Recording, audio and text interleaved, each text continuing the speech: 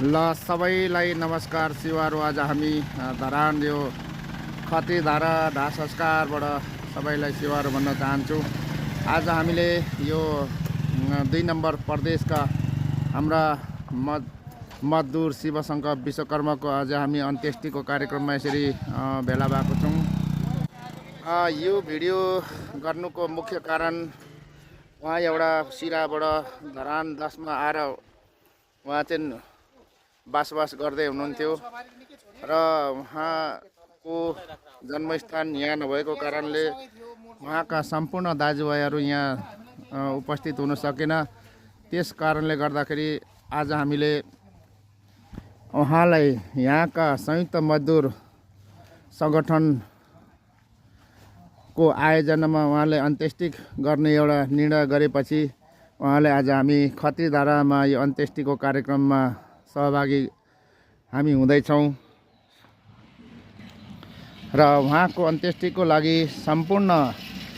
यो संयुक्त मजदुर सङ्गठन एउटा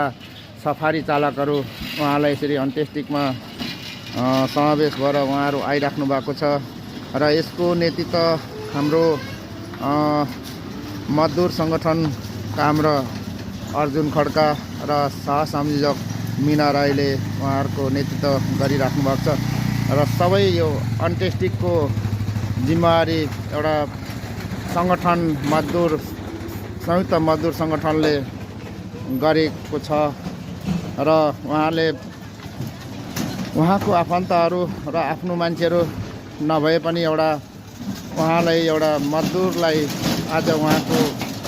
अन्त्येष्टिको सम्मानको लागि यसरी सबै मजदुरहरू सहभागी भएर उहाँहरू यो अन्त्येष्टिमा आउँदै हुनुहुन्छ र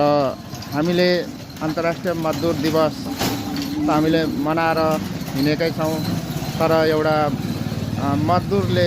मजदुरलाई सम्मान गर्नुपर्ने कार्यक्रमहरू चाहिँ यो हामीले आयोजना गरेका छौँ र जसरी उहाँको